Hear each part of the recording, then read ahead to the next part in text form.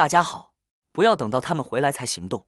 敌人真是个白痴，我只能说这么多了。他是个失败者，你是个失败者。他回来了吗？后退，这样可以吗？我们触动了人们的痛处，他不喜欢。我跟你说，当你惹恼他的时候，那可就太有趣了。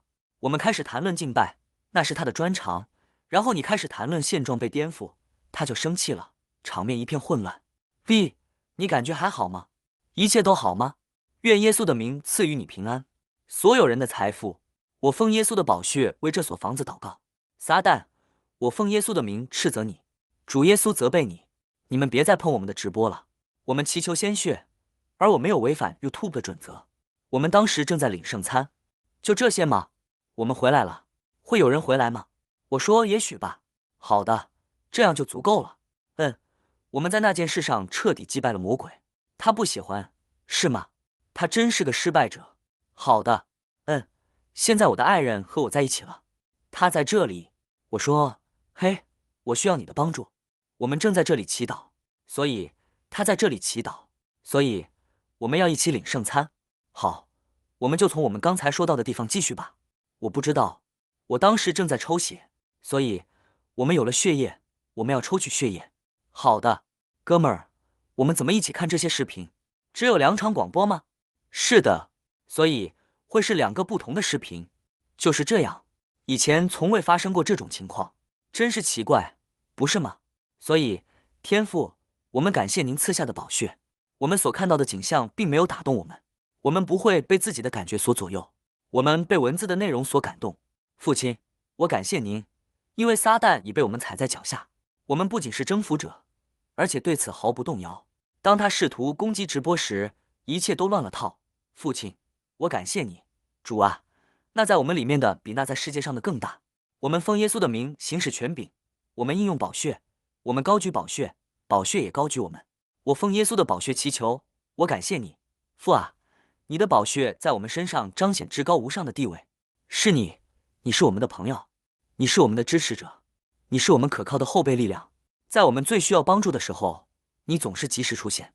父啊，我们现在就恳求你用宝血为我们祷告。我们感谢您，主。我们重视血液，血液也重视我们。谢谢您，神父。奉耶稣的名，感谢主。什么可以洗净我的罪孽？唯有耶稣的宝血。什么才能让我重获新生？唯有耶稣的宝血。我们涂抹血液，我们涂抹血液。我正在查阅一些经文，凡被神的灵引导的，都是神的儿子。所以，我们是受神的灵指引的。凡被神的灵引导的，都是神的儿子。父啊，我感谢你，因为罗马书8:14，圣灵本身的气息与我们的灵意同见，正我们是神的儿女。如果他是孩子，那么他就是上帝的后裔，与基督同为一体。你读得更清楚些，事情就是这样。如果他是儿女，那么他就是神的后嗣，与基督同为一体。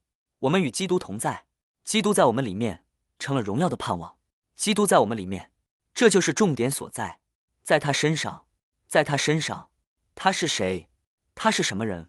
以及他在我的生命中的使命。我再次感受到圣灵的恩膏。魔鬼是个骗子，他真是个白痴。你知道那件很棒的事吗？我推动了转变。别理会他。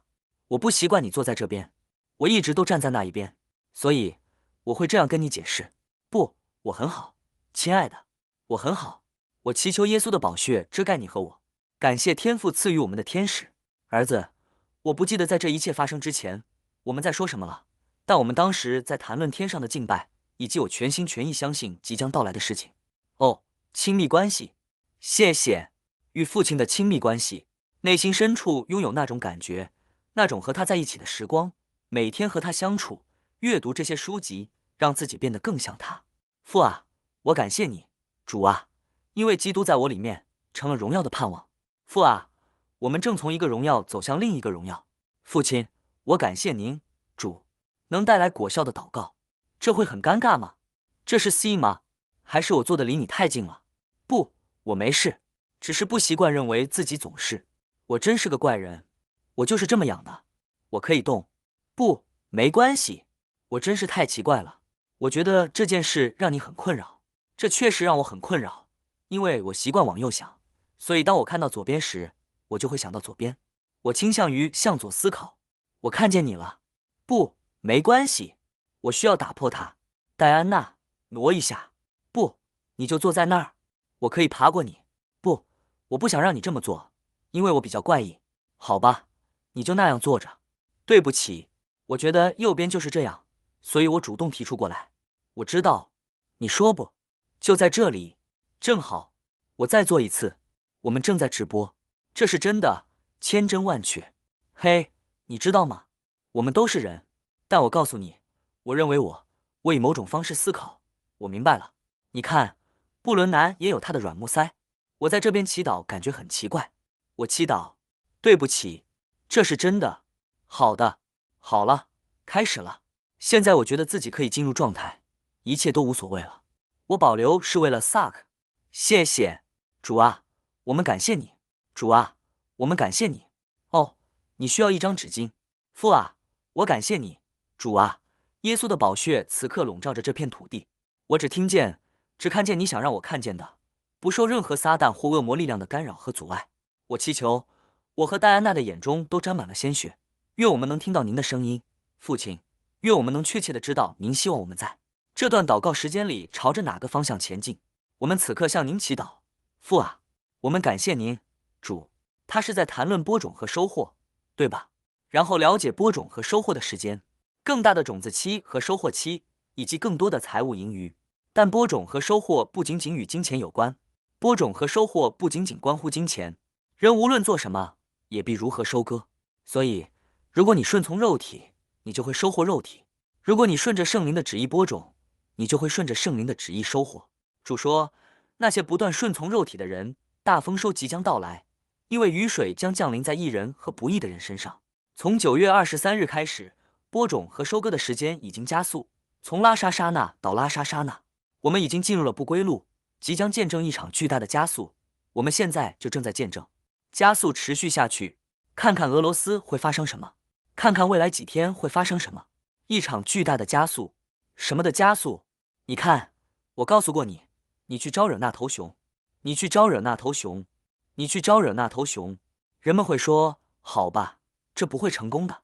注意，注意你的指示，注意他呼召你去做的事的指示，提升到更高的境界，带着火焰提升到更高的境界，勇敢的提升到更高的境界，勇敢的。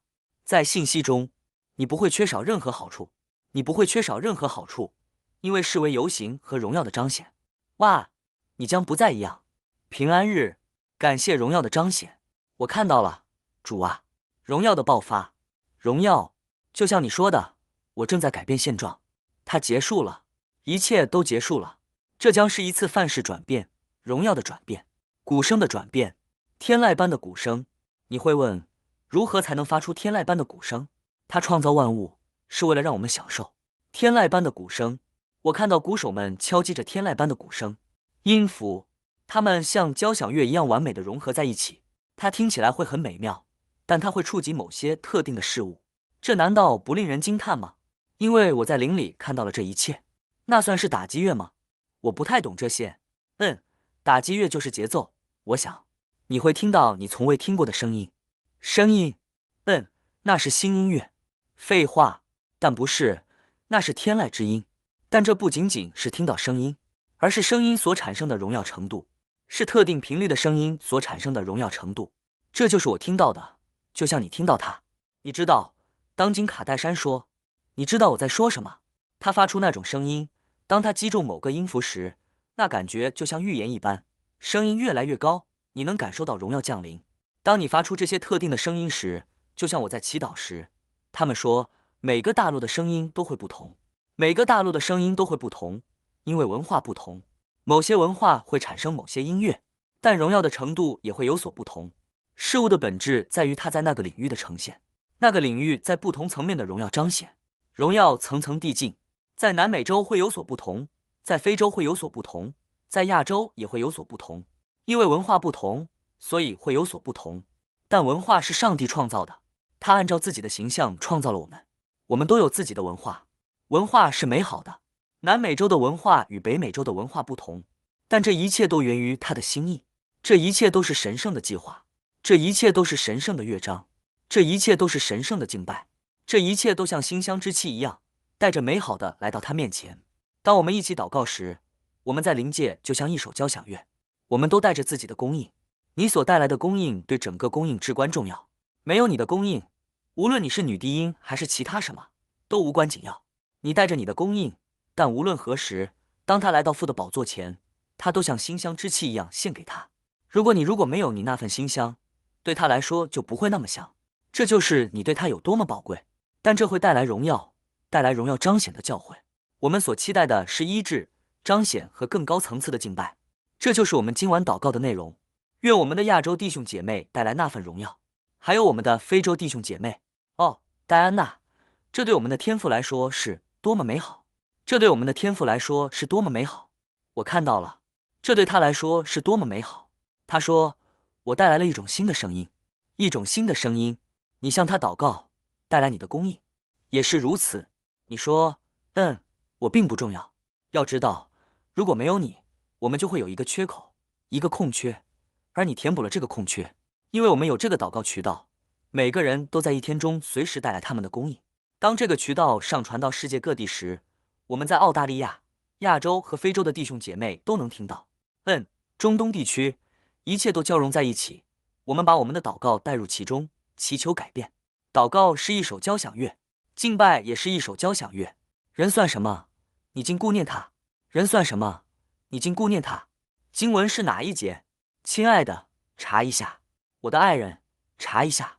你说诗篇84篇，诗篇8.04分，读给我听。人算什么？你竟顾念他；世人算什么？你竟眷顾他。是的，你使我们比他微小一点，我们与他同在。他怎样，我们在这世上也怎样。我们是按着他的形象造的。下一节说，你使他比天使微小一点，并赐给他荣耀尊贵为冠冕。这是诗篇85篇。感谢天父，人算什么？我们竟能来到你面前，我们竟能坦然无惧地来到他的宝座前，坐在他面前，为他演奏音乐。再读一遍，亲爱的，再读一遍。这两节经文是相同的，其中蕴含着神圣的恩膏。是的，是的，人算什么？你竟顾念他；世人算什么？你竟眷顾他。你使他比天使微小一点，赐给他荣耀尊贵为冠冕。希伯来书2:7也说，你使他比天使微小一点，赐给他荣耀尊贵为冠冕，使万物都伏在他的脚下。这是关于耶稣的引述，但我认为希腊原文中没有提到天使。不，没关系，希腊原文中确实没有提到天使。如果我没记错的话，比利姐妹也谈到过这一点。天父，我感谢你，主啊，你甚至眷顾我们，主的目光遍察全地，寻找一颗完全归向你的心。我们感谢你，主啊，你的目光不再四处游移，因为你可以眷顾我们，这是我们的家。他说，我喜欢通过这个渠道与他们团契，因为他们的一切都与耶稣有关。难道你不想让他和我们一起在这里安息吗？他说，我只是想让他来玩玩，我只想和你待一会儿。哦，吻。他说，布兰登，帮帮我，听听这个。今晚他想通过聆听这首歌向上帝祈祷，敬拜他。所以我们要祈祷 Forange。哦，荣耀，圣哉，圣哉，圣哉，圣哉耶稣，耶稣，耶稣，耶稣，你是圣洁的，圣洁的，圣洁的，圣哉，圣哉，你配得上，值得，值得，值得。耶稣，耶稣，耶稣，耶稣。兄弟，我说啊，哈利路亚！婴儿检查前，前进，外国的，外国的。哦，我明白了。戴安娜，我看见荣耀在天上绽放，我看见天门大开。宝贝，这光线好亮啊！罗斯演讲，萨伊切赫。当我歌唱时，当我听到圣灵中传来天籁之音，你自己的。上帝说，现在墨西哥湾正在发生大规模的天气人为操控事件，加勒比地区正在发生飓风天气战。就在我们说话的此刻，人为操纵天气的行为正在发生。我现在说话是为了增加某件事。一场巨大的灾难性事件将席卷牙买加，以增加某件事的发生。感谢大家扎根、放松、小心。外国的，外国的 ，say check， 外国的。所以感谢上帝赐予的雨水，感谢上帝赐予雨水，感谢至高无上的神。很多人会来，许多人将来到许多人面前，行使你的权柄，行使你的权利。我们奉耶稣的名，掌管那场风暴，并戳瞎他的眼睛。我们称之为削弱，我们称之为动摇。你摔倒在地，然后被拉扯着，因为他们正在喷洒那些化学物质，就像他们播种一样，就像他们播种一样。作为一项实验，他们播种了它，他们把它当作实验材料播种，去感受我们从未见过的狂风，去感受我们从未见过的毁灭。但我们知道如何行使权力，我们会祈祷这堵墙倒塌。当你试图控制他们时，他们就会失去控制。他们越是试图控制，就越会失去控制。这是正确的。他们越是试图控制，就越会失去控制。我们谈到了澳大利亚的雨水，我们和澳大利亚的雨水对话，奉耶稣的名求雨水。我们负责应对澳大利亚的旱灾。我们说，今天袋鼠们有东西喝了。我们祈求从北方、南方、东方、西方，从澳大利亚、新西兰以及周边地区降下雨水。奉耶稣的名，我们祈求降雨，现在就来。我们来谈谈干旱问题。我们向上帝祈求降雨，奉耶稣的名，求主降下甘霖。感谢上帝今天赐予的雨水，也感谢上帝未来还会有更多降雨。我们奉耶稣的名祈求降雨降临在我们这片土地上，降临在我们这片土地上。我们把雨量称为5英寸、6英寸、7英寸，甚至更多。我们奉耶稣的名称之为雨，愿它充满我们的湖泊和海岸。我们奉耶稣的名祷告。哦，主啊，我们感谢您赐予的医治和神迹。没有代码就没有病毒。奉耶稣的名，我已痊愈，身体完全，一切安好。奉耶稣的名，我已痊愈，身体完全，一切安好。宝贝，它就在那里，你只是收到了它，画出来就行了。就是这样，荣耀归于上帝。太棒了，太棒了，你真是太棒了，主啊，您真是太好了，你对我太好了。荣耀，感谢主，感谢主，感谢主，主啊，感谢您为我预备的一切，感谢主，感谢主。现在，父啊，当我们把我们的国家举到你面前时，我们提议成了。好了，搞定了。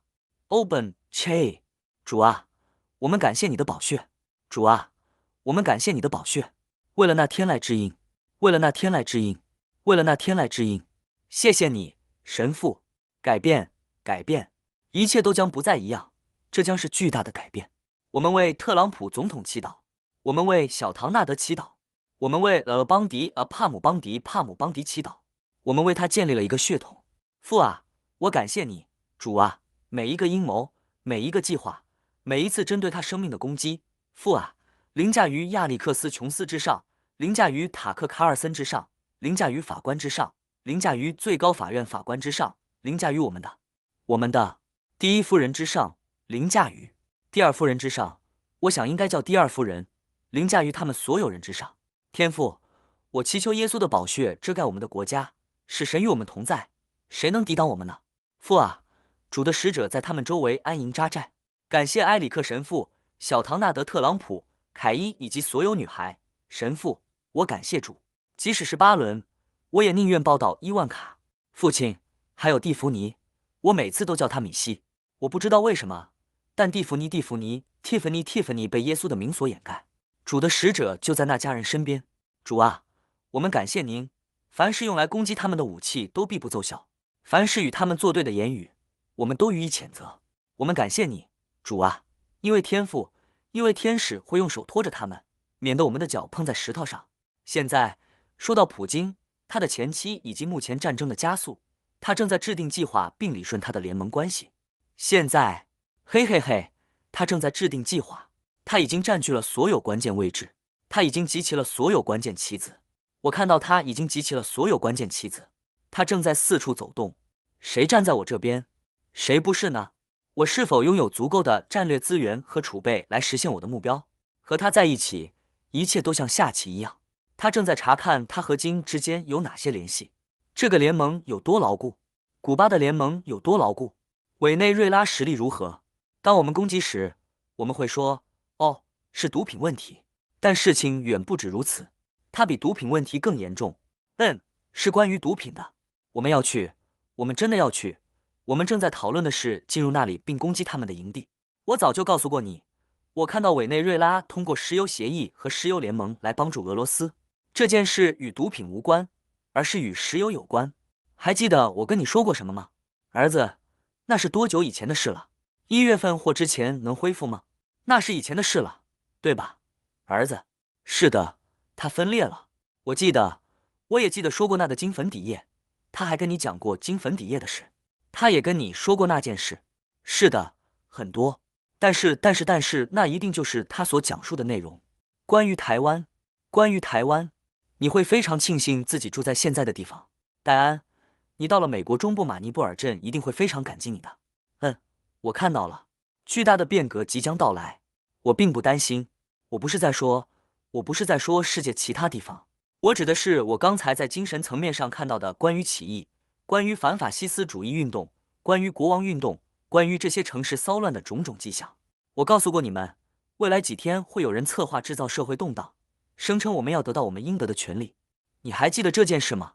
我说他们举着标语，说我们要拿回我们应得的福利，因为政府关门了，他们切断了人们的所有福利。事态不断升级，我看到接下来的几天里，人们开始暴乱，他们开始抢劫，就像黑人生命至上运动 BLM 一样，他们在暴乱。当时那个人是乔治·马维尔，不是那个乔治，他抓到弗洛伊德了，对吧？他窒息而死了。当时正值那一系列事件发生之际，但主说还会有另一波这样的灾难，但这与男人无关，这将是应得的福利。我们的支票呢？政府相关事宜，而且它是完全隶属于政府的。有人记得这件事吗？我早就告诉过你，这一天迟早会来的，进一步加剧了不加检查的情况。我说我看到他们在抗议，他们没有工资支票，他们想要食品券，但是没有食物，他们想要他们的工资支票，但是没有支票。我说这甚至会涉及到社会保障，人们因此对我生气，说这是我们应得的。我并没有对他不敬的意思，但就连社会保障方面，我也看到了这一点，而且在未来的日子里，这种情况会越来越严重。我看到它会变得越来越严重。没有检查，没有，而且他们还有告示。我甚至还为此写了一篇短片。你想玩吗？你会玩吗？那是我们的，我们可以玩这个游戏，这就是我们的视频。我们不能播放别人的歌。你看到了吗？这就是灵界现在正在发生的事情。搅拌，搅拌，事情闹大了。他们说，这就是我看到的吗？他要来了。我听到内心深处有种悸动。我听到内心深处有种悸动，担心他们现在可能会与政府达成协议。我们只需要祈祷他们能化解这场动乱，因为这是敌人的计划，目的是制造内乱。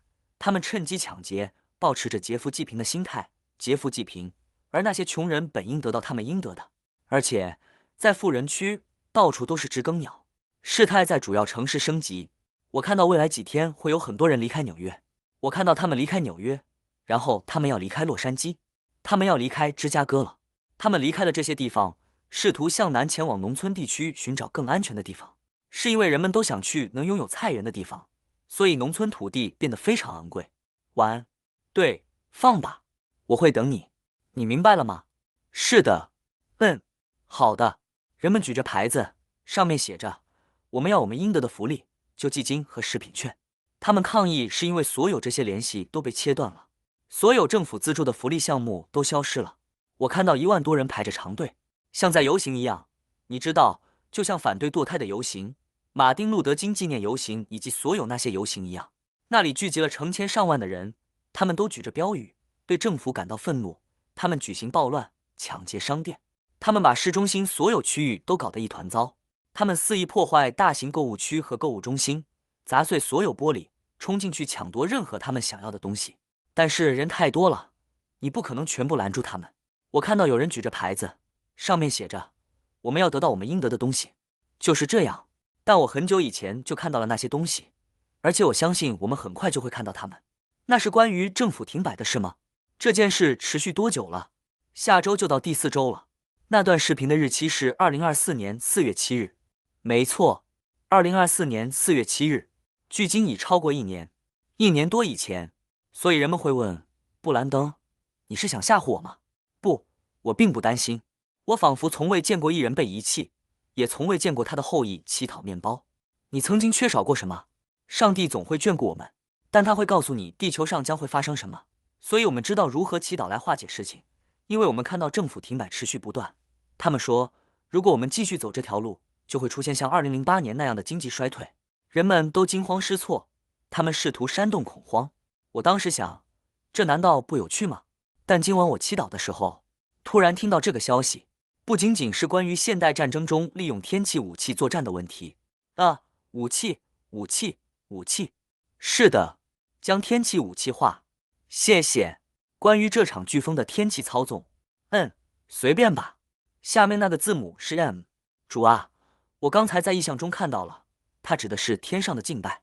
所以今晚主的心意很杂乱，他想为牙买加的人民和这些地区祈祷。梅丽莎祈祷梅丽莎解散。他水下储存了大量燃料，因为水温创历史新高。但我们知道谁拥有管辖权。是的，我们可以称那些事物为不存在的事物，称那些事物为梅丽莎崩溃，这样我们就不会有灾难性的后果，尤其是不会对牙买加的兄弟姐妹们造成灾难性的后果。我们有很多来自牙买加的观众，这真是太好了。所以，父亲，我们感谢您，主啊，因为我们戳瞎了梅丽莎的眼睛，而不是让梅丽莎和飓风一起崩溃。是飓风，是飓风梅丽莎，不是收看这个频道的真人梅丽莎。我敢肯定，梅丽莎会说：“嘿，等等，别那样对着我的眼睛祈祷。”我心想：是啊，不，我们不是在说你，梅丽莎，我们说的是飓风，梅丽莎。所以，如果你在这里，梅丽莎，我们不是在说你，我们不会戳你的眼睛。我们爱你，感谢你收看我们的频道。但我为什么要用这样的名字呢？这里有很多叫梅丽莎的人。我感觉就像在说谢天谢地，不是布兰登。好了，飓风布兰登来了，戳他的眼睛。不，你不能这么做。我们奉耶稣的名称他为软弱，软弱，软弱。但是父啊，我们感谢你为其他地区降下雨水。父啊，我们感谢你，因为改变即将到来，我们的政府和现在正在发生的事情即将改变。父啊，我们感谢你，主啊，感谢你倾注的财物。感谢你赐予我们伟大的圣灵和烈火，使我们的国家能够经历荣耀。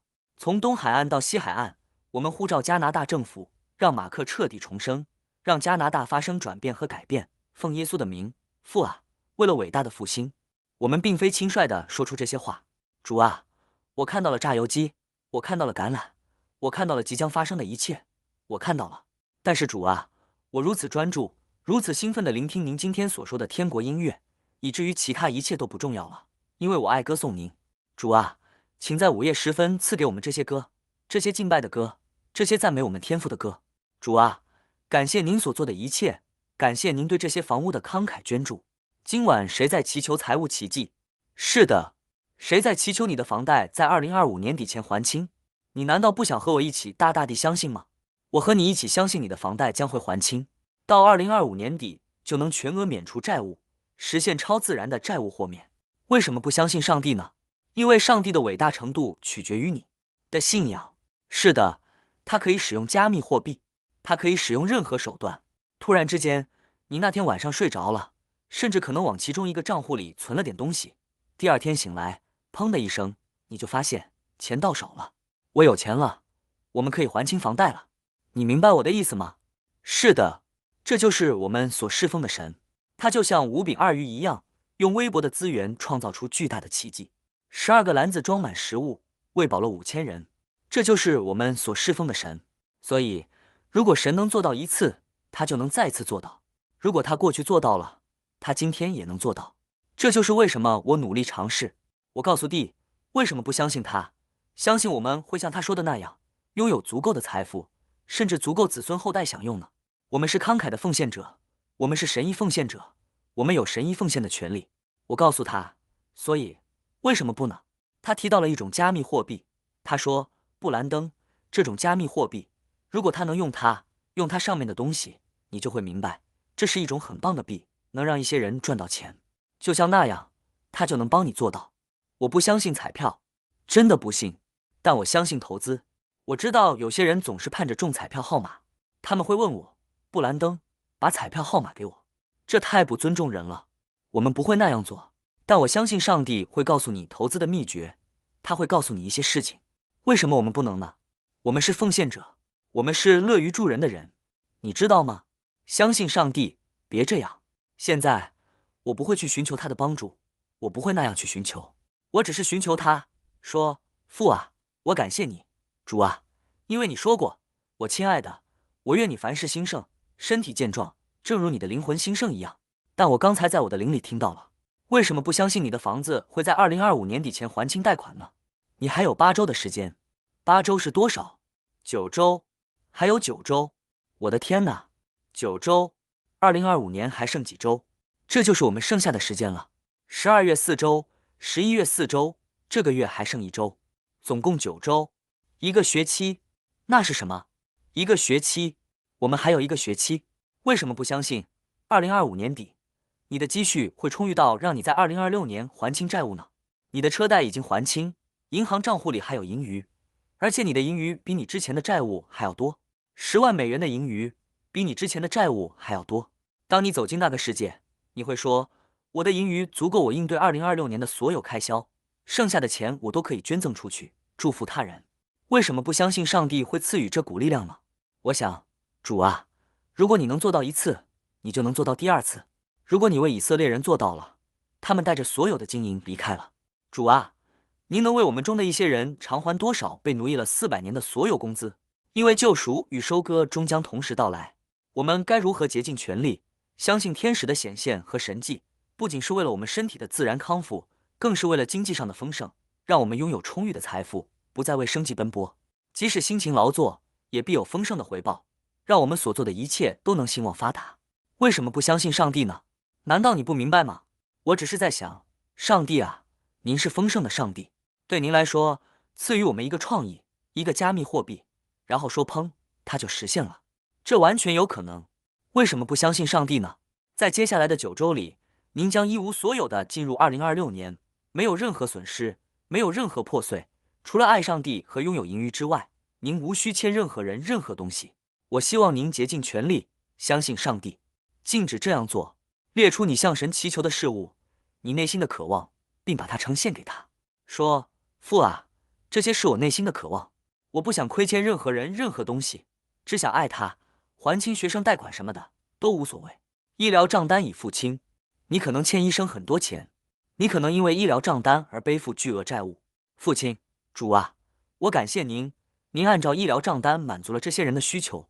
我们称无债务医疗账单和债务是为了博取好感，讨好医院，讨好医疗债务催收机构，让他们同意免除这笔债务，直接把钱给你。为什么不相信上帝会成就大事呢？我相信我的所有医疗账单都会被还清。我没有，但我的意思是，你知道我的意思吗？可能有人会说这对你来说是个负担，但高抹是除去重担、摧毁枷锁的力量，而债务就是奴役的枷锁。学生贷款，学生贷款，债务，债务是一种负担，而圣膏可以打破一切束缚的枷锁。足量压实，摇匀，溢出，消除债务负担会削弱权力。伯尼，你听起来像个宣扬成功神学的传道者。我相信一流预制，我快要撑不住了。我憎恨贫穷。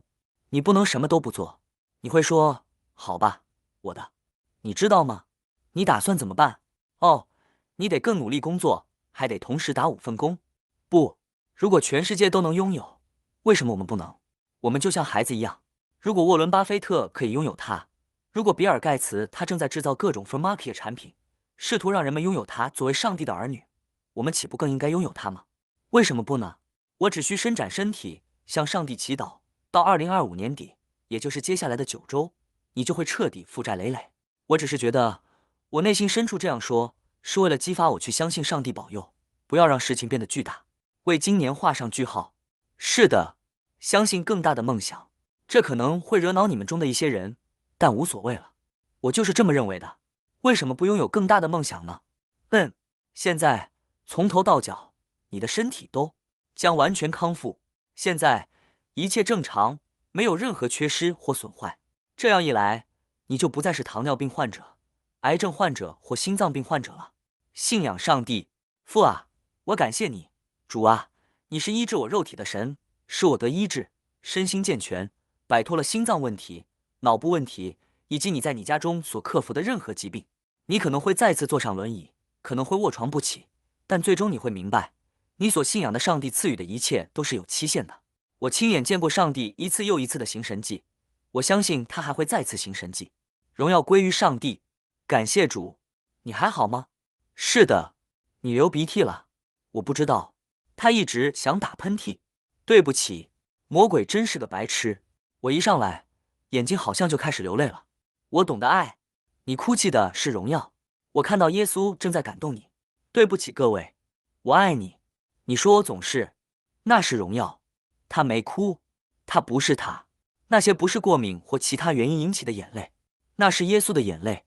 我爱你，感谢上帝，哈利路亚。我不知道这是否让你高兴，但这让我很高兴。我还是会搅动它。我只是想激励自己成为一名竞争者。我本来可以成为竞争者，我是一名竞争者。我信仰上帝，拓展你的信仰，拓展你的信仰，长点妊娠纹吧。留下一些精神上的妊娠纹吧，就像孕妇身上会长妊娠纹一样。接受上帝为你预备的一切，并怀上你的孩子，拓展你的信仰，留下一些精神上的妊娠纹吧。为什么不怀上上帝赐予的伟大礼物呢？不像个婴儿，宝贝。我指的是视力，怀着愿景去孕育，伸展一下身体，身上有一些妊娠纹。笑声，这说明有进步，这是成长的标志。妊娠纹是生长发育的标志，听起来像是在发展。要勇于挑战自我，相信上帝会成就大事。我只是想伸展一下身体，我想要大大的精神上的妊娠纹。是的，因为我非常相信上帝，我感觉自己孕育着某种精神上的、超自然的、意义重大的东西。是的，我不是女性，但我信仰上帝。你明白我的意思吗？你总得怀个孩子吧？相信上帝，停止目光短浅，摆脱那种自怨自艾，认为好吧，我们永远都会这样，鲍勃的心态吧。我不会那样想的，戴安娜，我们会摆脱困境的。是的，你知道这就像给上帝一些东西让他创作吗？我怀着一个愿景和一个使命，我怀着圣灵的恩赐，他为我的家庭预备了美好的事物。我身上有妊娠纹，因为我坚信这一点，我对此充满信心。你可以说，你怀孕几个月了？我已经怀孕9个月多了，是时候把这个属灵的婴儿生下来了。我们相信上帝会在另一个层面上为我们带来更大的事工。我蒙召以一种世人不熟悉的方式从事服事，一切荣耀归于上帝。正如赤牧师所说，我相信我受膏以一种世人不熟悉的方式做 YouTube， 一切荣耀归于上帝。我们怀揣着一个愿景，那就是在2025年底前孕育出这个属灵的婴儿。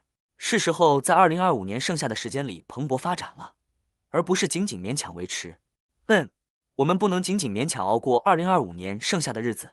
现在是时候奉耶稣的名蓬勃发展，并相信上帝会赐予我们丰盛的恩典。是的，为什么不能是我？为什么不是你？是的，为什么不呢？给上帝一些可以施展的素材。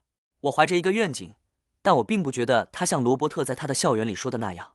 我们经常看到，这里可别搞小计划，不要制定小计划，不要目光短浅，你目光太短浅了。直到临终前，他还是这么说的。他对我做过多少次？布兰登，你的眼光太狭隘了吗？太小了，你得伸展一下身体。布兰登，到底发生了什么事？什么？我们昨天还在开车四处转悠。他不是说过你目光短浅吗？成为竞争者，拉紧，相信上帝会赐予更大的福祉。是的，哈利路亚。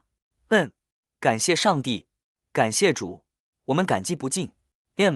今晚他有没有给你带来灵感？他是否火上浇油了？是的，他是否给了你们一些希望，一些信心？我一直都想来到这里，通过圣灵的指引，给你们带来一些希望，让你们重拾信心，相信你们的处境可以改变，你们并没有被困住。人们常说，墨守成规就是不断原地打转，对吧？你陷入了困境，你一直在走同一条路。我不想陷入一成不变的生活，我并没有被困住，我要出去。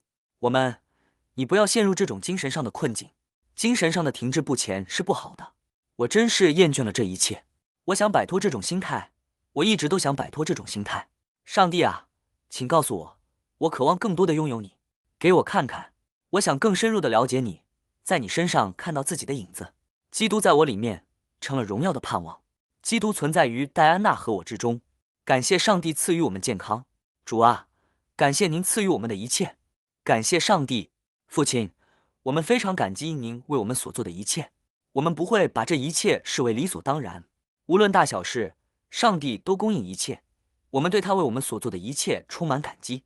你可能会说，就像我之前和一个人一起，我们去买东西，那位女士给了他一杯免费的咖啡，他肯定用不上。我说，感谢上帝，今天有杯免费的咖啡。他却说，哦，我不在乎这些小事。但即使是这样一杯小小的咖啡，你也要赞美上帝。这仅仅是别人的慷慨，这就是荣耀。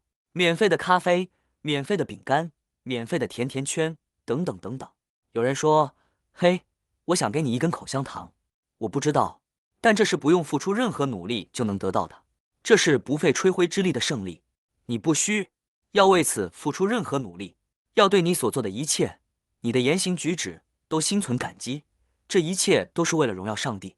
我要赞美上帝，即使是这样微小的恩赐，也要赞美上帝，无论是大的还是微小的。感谢天父，他在寻找一颗充满赞美和感恩的心。在美国即将迎来感恩节之际，你是否对你所拥有的一切心存感激？布雷，你是不是太娇惯了？哦，爸爸，这还不够。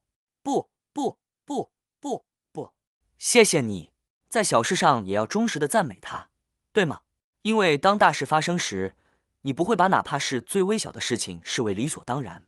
你知道，或者说，你生活中看到的任何改变，你可能只有一点点改变，但要为这件小事赞美上帝。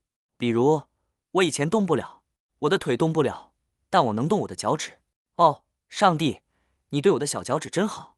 上帝，你对我的小脚趾真信实。感谢主，我的脚趾能动了。我告诉你，你要为此赞美上帝。小脚趾，看看他做了什么。这就是诺亚每次放飞那只鸟时所做的，就像比利一直教导的那样。他说他放飞了那只鸟，他带回了一片橄榄叶，只是一只小小的鸟，小小的面团。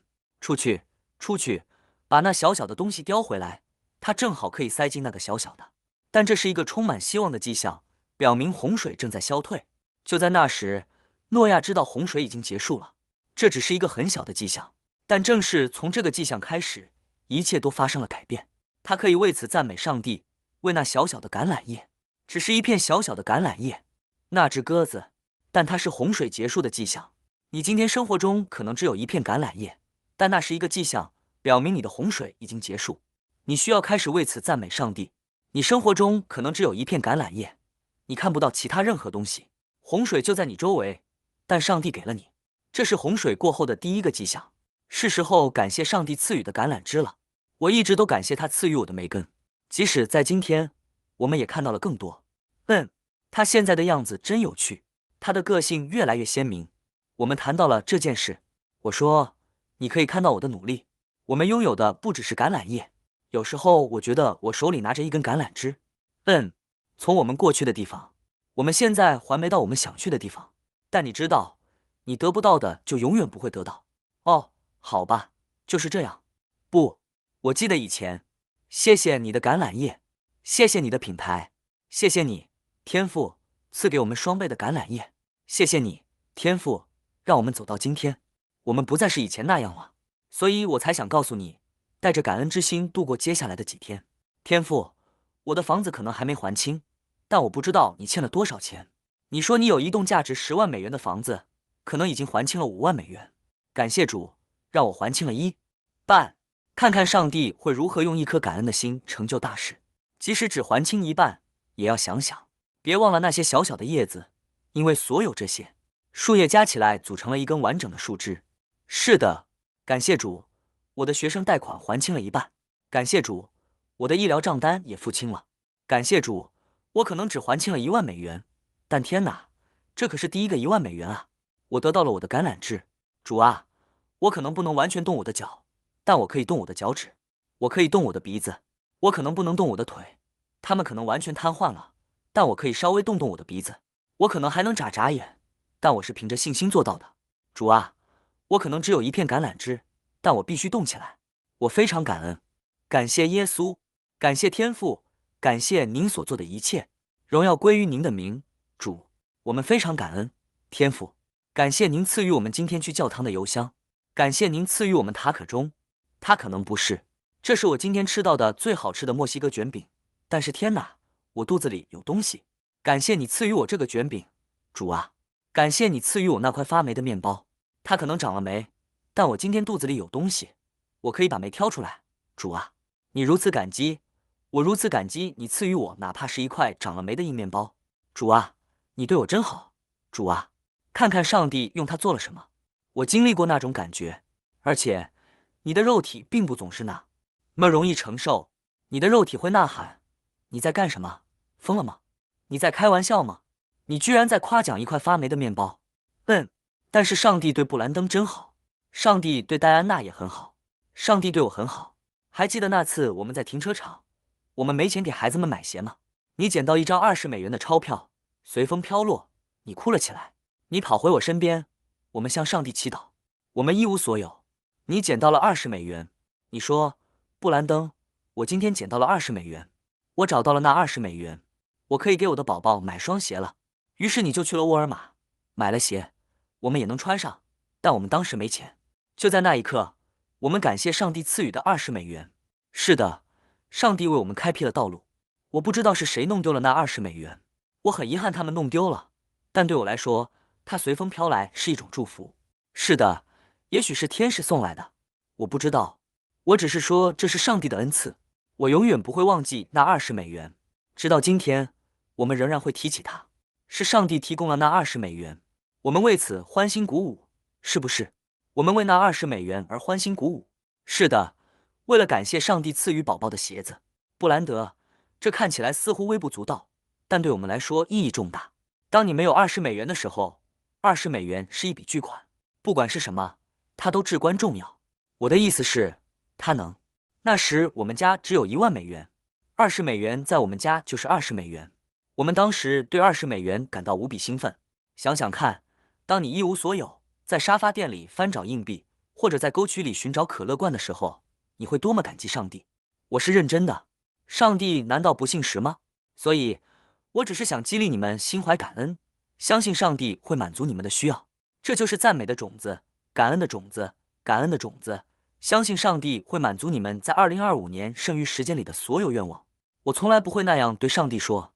你知道，我没挣到这些，我奉献1/10，我捐献，他不欠我什么，他不欠我什么。我的想法是，1/10的奉献本来就是他的，我什么也没做，我只是把奉献给了他，那本来就属于他，他那10%，我只是想祝福他。但我看着这一切，说，主啊，我已经尽我所能帮助你的福音传播出去，但我的态度是，任何超出我预期的都是他的怜悯，都是他的怜悯。感谢天父，感谢你为我们预备的一切。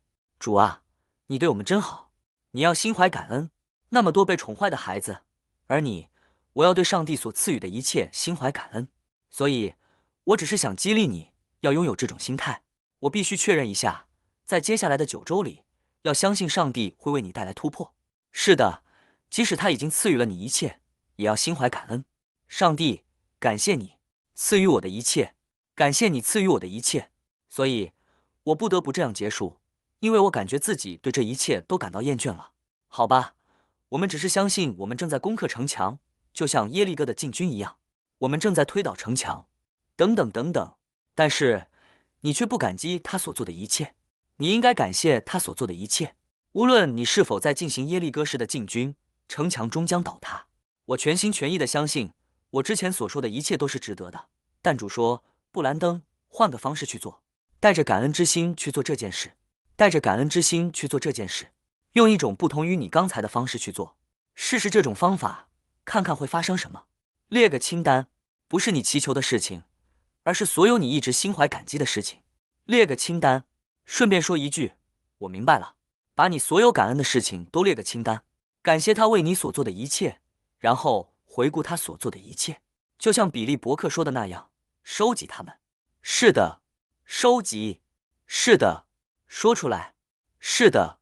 他说，魔鬼并不害怕你得到一个奇迹，他害怕的是你开始收集奇迹。是的，是的。当你开始收集奇迹时，他会感到恐慌。是的，我喜欢他，他是我的属灵父亲。他说他不介意你得到一个奇迹，但当你开始收集奇迹时，他就会注意到。是的，当你开始收集突破，并且能够开始讲述。你知道，当上帝通过我来成就这件事时，当上帝这样做，当你抓住机会的时候，哦，但是上帝一直对我如此忠诚。然后他就开始紧张，因为你要，这就像狠狠地踢他一脚。是的，每当我和梅根在一起的时候，或者什么的，当他试图折磨我的时候，我会说，哦，但是1年前的这个时候，主带领他走了多远啊？主带领他走了多远啊？他今天可能过得不太好，但他，不，看看上帝在那女孩身上成就了什么，看看主现在列出了他取得的所有进步，然后他就消失了。没错，他不喜欢你当面揭穿他。是啊，因为他了解你，他无法从你那里窃取真理，因为他知道你说的是真的。别忘了，他是谎言之父。没错，他说的每一句话都是谎言。但当你开始展现真理，展现上帝在他的话语中所成就的事时，他就不喜欢听了。昨晚我起来祷告，为一些事代求，主甚至告诉我，你需要更多的话语作为你与圣灵沟通的根基，但你的话语和圣灵必须齐头并进。我警告过你这一点。我说，没错，这不仅仅是说方言祷告的问题，而是话语和你的圣灵要齐头并进。你们许多人只有圣灵，你们整天在圣灵里祷告，但你们没有话语。圣灵会回应你所做的祷告。如果这是我给你的经文，如果你常在我里面，我的话也常在你里面，凡你愿意的，祈求就必成就。你的灵和神的话语是相辅相成的，神的话语和圣灵，所以你必须平衡他们。这就是为什么他纠正我一些事情，你必须更加平衡他们。你现在更多的是在用圣灵祷告，我很感激，你知道，这很好，但你必须在祷告中加入更多的神的话语。这就是为什么我在他那里找到这样的经文。是的，这就像攀登一座山，一路上的所有进步，所有的小奇迹，你都把它们写在笔记本上，并注明日期，这样你就能记住这是你记录主为你所做的一切。因为人们有时太专注于到达山顶，以至于忘记回头看看主带领他们走了多远。是的，没错，然后他们就习以为常，然后就忘记了，因为这就是人性。永远不要忘记你从哪里来，永远不要忘记你从哪里来。他把你带到了多远的地方？不，看看他把我们带到了多远的地方。这就是为什么以色列人堆石头。我记得马克牧师曾经讲过这个，他说他们堆石头是为了纪念上帝在这里显灵。是的，在这里他分开红海，我们堆石头，在那里建了一个纪念碑，就像一个纪念物，一个纪念碑，上面写着上帝在这里显灵。在你家也体验一下堆石头的感觉。在你家堆石头，我不是说真的要堆，而是说这样你就能留下一个纪念物，一个信物。这就是为什么当他们给我那个10万粉丝的播放按钮时，我觉得很酷。那是一种堆石头的体验，让我们相信上帝，因为我们相信上帝，我们堆石头。我想感谢上帝，就是为了这个。是的，所以我不知道，希望今晚这祝福了你们所有人。我这算是额外加了点话。我知道我本来没打算说这些，但这话是发自我的，这是给某人的。对，因为魔鬼的阴谋，所以做了2个不同的视频，但我们最终还是战胜了他，不是吗？是的，说虚，上帝会赢，你会输的。撒旦是个骗子，总有人跟我说这句话，我是从他那里学来的。他总是写道：上帝会赢，上帝必胜。我喜欢这句话，所以不管你是谁，你都知道我在说谁。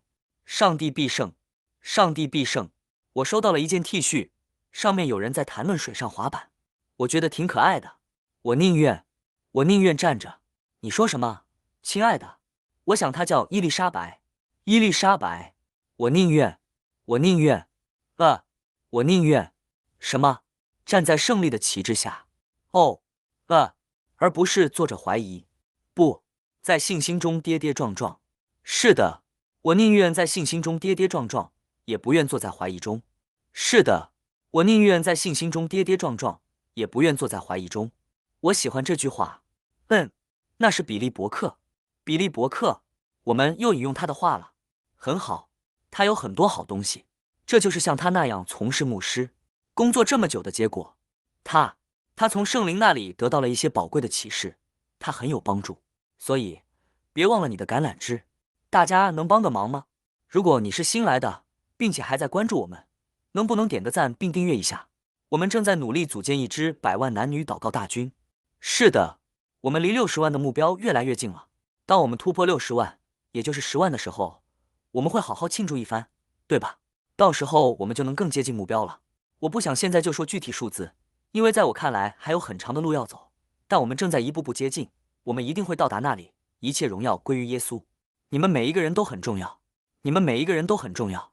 所以，如果你是新来的，喜欢我们正在做的事情，愿意和我们一起祷告，为一些事情祷告，并且主向我们显明了即将发生的事情，我们真的、真的、真的，如果你觉得我们做得好，请订阅、订阅、订阅，点击这里开启通知铃，点赞，在下方留言说些好话。感谢大家所有的感谢，有这么多善良的人，我亲眼看到了，所有付出的人，所有默默付出的人，愿上帝以各种方式保佑你们。谢谢你们的帮助。你知道，人们如此善良，如此努力的想要关爱我们。你知道，每一份付出都会汇聚成河，这难道不是一种恩赐吗？的确是一种恩赐。我们永远不应该把这一切视为理所当然。坐在那里说，你知道，他就在那里。不，有人为此付出了辛勤的努力，多么善良！有人为此付出了辛勤的努力，他们可能像我一样，拿着最低工资，这就是他们全部的收入。上帝保佑，他们为此付出了辛勤的努力，他们为此工作了多少个小时？我们祈祷他们能得到100倍的回报。我们祈祷他们去打扫卫生间，拔杂草或做任何事。有人为此付出了辛勤的努力，我只想说声谢谢。我明白，我只想对所有像你这样努力工作、付出牺牲来给予我帮助的人心怀感激。我绝不会辜负你们的付出。我可能永远没有时间一一回复，我也不再看评论区了。所以，如果你付出了这些，我只想说，愿上帝保佑你。我们祈祷你的付出能得到100倍的回报，愿你所做的一切都兴旺发达。我们真心实意的祈祷，戴安娜，因为我们不会把这一切视为理所当然。不，我们不会把这一切视为理所当然。我想告诉你，我们爱你，感谢你与我们一同祷告，感谢你成为我们 YouTube 频道的一份子，感谢你来自世界各地的朋友们，我真的为此感到兴奋。上帝为我们所做的一切，以及他今天通过祷告向我们展示的一切，都令人惊叹。关于敬拜歌曲和即将发生的事情，他说从今天起，一些事情将开始发生。所以他说，抓住它，把它拉下来，相信它，相信来自天上的歌曲，相信超自然的敬拜。就是这样，我们都向上帝祈祷。我告诉你，他说他会高摩我的嗓子。我说，那就试试吧。我从来没有真正把自己当成歌手，我只是发出喜乐的声音，向上帝歌唱。我想，嘿，如果上帝能用它，就用它吧。我可以唱得很好。你总是这么说，但你知道，这很神奇。就像你妈妈告诉你一些事情一样，就像你去参加美国偶像节目，看到那些人在台上唱歌，他们会说，我爸爸说我会唱歌，然后他们上去，评委们却说，下台吧。因为那些评委，比如西蒙考，会说，你该下台了，你听起来很糟糕。我说，我不想成为那样的人，所以我只是说，向主发出喜乐的呼喊，用胜利的声音向神欢呼。不管是什么。但是，我想，当主今天说，他说，布雷昂，我要给你一些东西，一切都源于此。当时我正在看着那个粉色头发的女孩，她正在做我的火鸡三明治，她正在检查那东西，她扎着粉色的双马尾辫。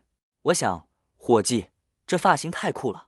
如果我有条件，我也会在那里做，我会成功的。如果我戴着粉色假发来这里，他们会说什么？我开玩笑的，不过我们真的很爱你。好了，就到此为止吧，免得我给自己惹麻烦。快到1点了，我们爱你。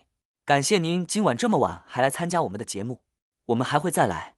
我大概明天会回来祈祷。今晚是足球之夜，所以通常来的人不多，但我相信你们中的一些人会想去玩水上滑板。我们也可以去祈祷什么的，看看上帝为我们安排了什么，真令人兴奋。我喜欢做这件事，这是我的生活。所以记住，脸上要带着微笑，心中要充满歌声。耶稣非常爱你，我们也爱你。上帝保佑。